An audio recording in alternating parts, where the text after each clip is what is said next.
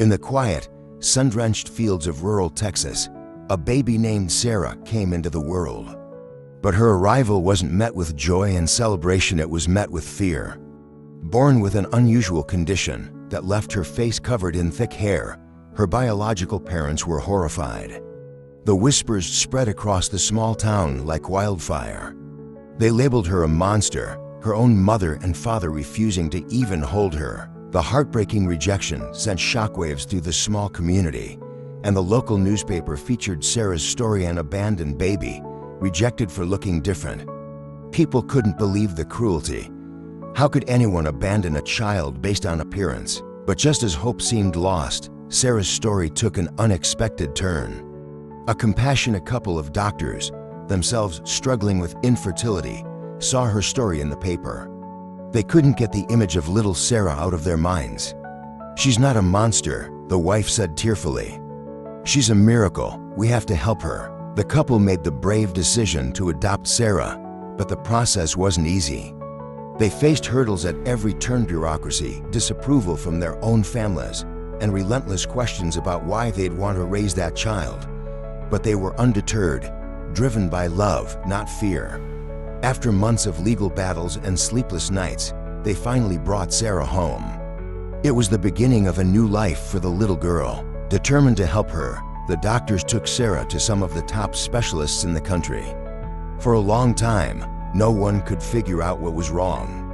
Tests were run, consultations held, but the medical community was baffled. It wasn't until one final consultation with a rare disease specialist that they uncovered the truth. Sarah had an extremely rare genetic condition. The doctor gave Sarah's new parents the news: she needed immediate surgery. The procedure would be complex, and there were risks, but they were willing to do whatever it took to give Sarah the chance at a normal life. What happened next left everyone speechless. The surgery was a success, but that wasn't the most astonishing part. As Sarah healed, her hair began to fall away on its own, revealing a sweet, angelic face underneath. It was as if she was transforming before their very eyes, not just physically, but emotionally too. But there was one final surprise that no one saw coming. Months after the surgery, Sarah's biological parents, who had abandoned her so cruelly, contacted the doctors. They were filled with regret, haunted by what they had done. They wanted to see their daughter again. Would Sarah's adoptive parents allow it? Could Sarah's biological family ever be forgiven? Find out what happened next and follow Sarah's incredible journey, one of rejection, love, and the true meaning of family. Months had passed since Sarah's surgery, and her life had changed in ways no one could have imagined. The girl once abandoned for looking different was now thriving, wrapped in the warmth of a loving home. Her adoptive parents cherished her with every fiber of their being, showering her with the love and acceptance she had been denied at birth. But life had one more unexpected twist waiting. One quiet afternoon, Sarah's adoptive parents received a letter. It was from Sarah's biological parents. The words were shaky and filled with sorrow, the handwriting almost childlike in its sincerity. They expressed regret, deep, crushing regret. Her biological parents wrote about sleepless nights, haunted by the decision to abandon their baby girl.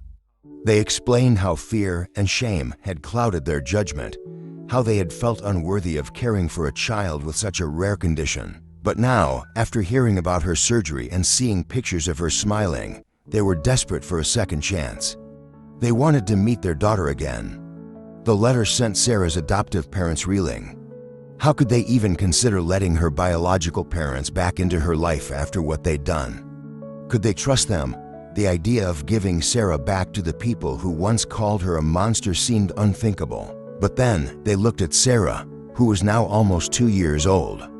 She was playing with her toys in the living room, her laughter filling the house. They wondered, could they deny Sarah the chance to know where she came from? Could they risk letting her grow up never knowing her biological family? After long, tearful discussions and nights spent pacing the floors, they made a brave decision. They would arrange a meeting, but only on their terms. On a crisp autumn day, Sarah's biological parents arrived at the doctor's home, their faces pale and their hands trembling. They had been practicing what to say for weeks, But now, standing at the doorstep, no words seemed good enough. When the door opened, there was a heavy silence. They saw Sarah for the first time since that fateful day in the hospital. She was no longer the baby they had feared. She was a beautiful little girl with sparkling eyes, a tiny giggle, and the trust and love of her adoptive family. The biological mother's knees buckled, tears streaming down her face as she whispered, "I'm sorry. I'm so sorry." Her husband stood beside her, equally overwhelmed by emotion, but silent, his guilt too heavy to speak. Sarah's adoptive mother, with tears in her own eyes, knelt down and picked up Sarah. The little girl looked at her biological parents with curiosity, but no fear. She reached out, placing her tiny hand in the biological mother's outstretched palm. In that simple gesture, the walls of shame, guilt, and regret began to crumble. The reunion didn't magically fix everything. It was slow, awkward, and filled with moments of uncertainty. But over time, something remarkable happened. The two families began to form an unlikely bond, built not on biology or obligation, but on love for the same little girl.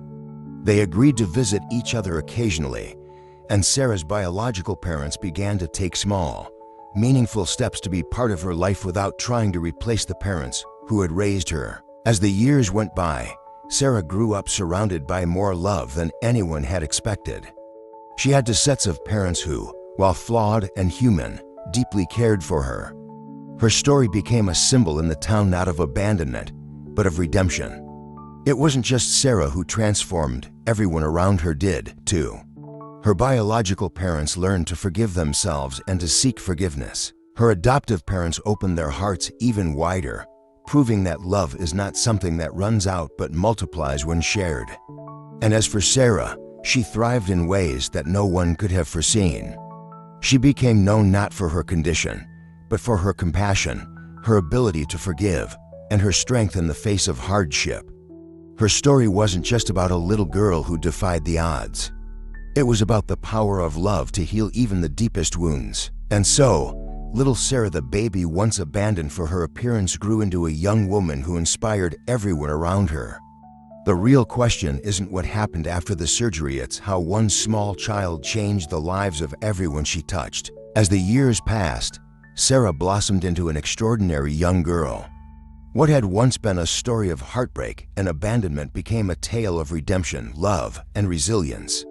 Her adoptive parents, the couple of doctors who had fought so hard to give her a home, continued to nurture her, providing her with everything she needed to thrive. But Sarah's story wasn't just about her physical transformation. As she grew older, Sarah's real gift became evident: her capacity for empathy and kindness, especially toward those who felt like outsiders. Perhaps it was because of her own past, her early days of being rejected, that she felt such a strong connection to those who were overlooked or misunderstood. By the time Sarah entered school, she was already known as the little girl who had been abandoned but found love again. The kids whispered about her in the hallways, some pointing, some curious, and some even cruel. But Sarah never let it get to her.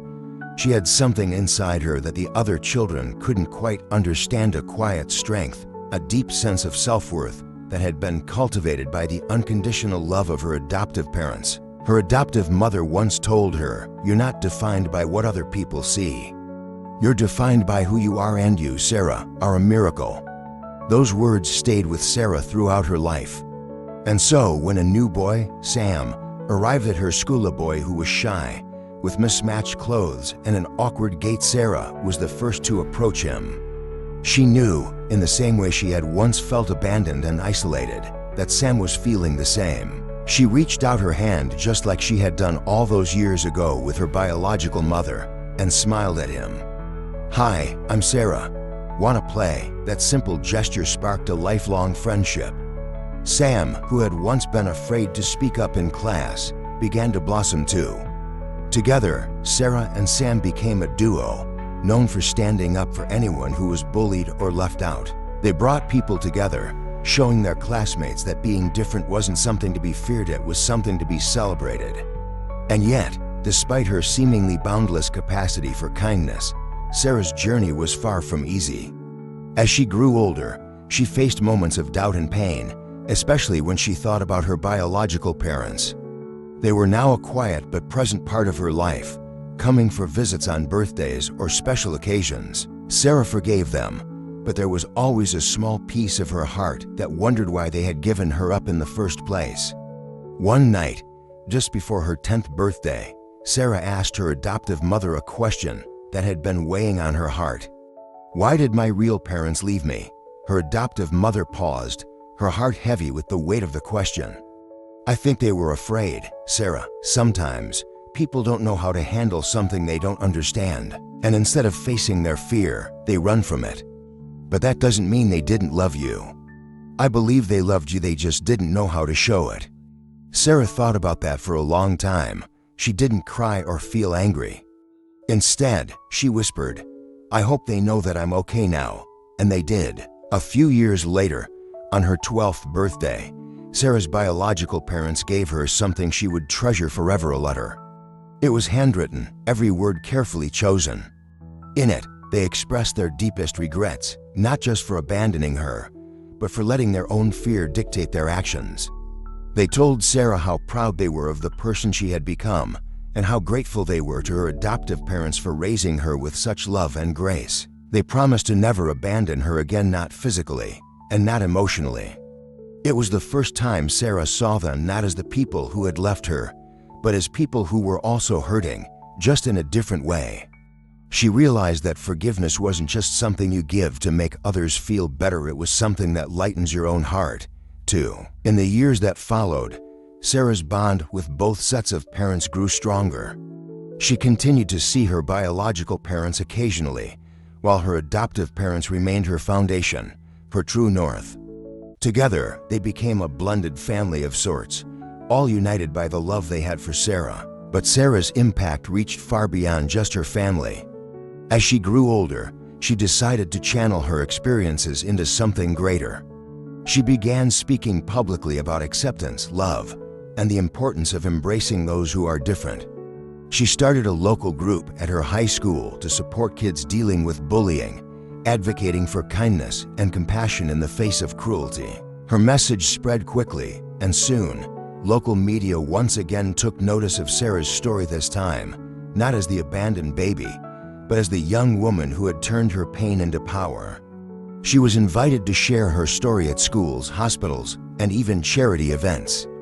People were moved not just by her past, but by the hope and light she spread wherever she went. As Sarah stood on stage one evening at a large charity gala, the room filled with people whose lives had been touched by her story, she took a deep breath and began to speak. "You may have heard that I was once abandoned, rejected because I looked different.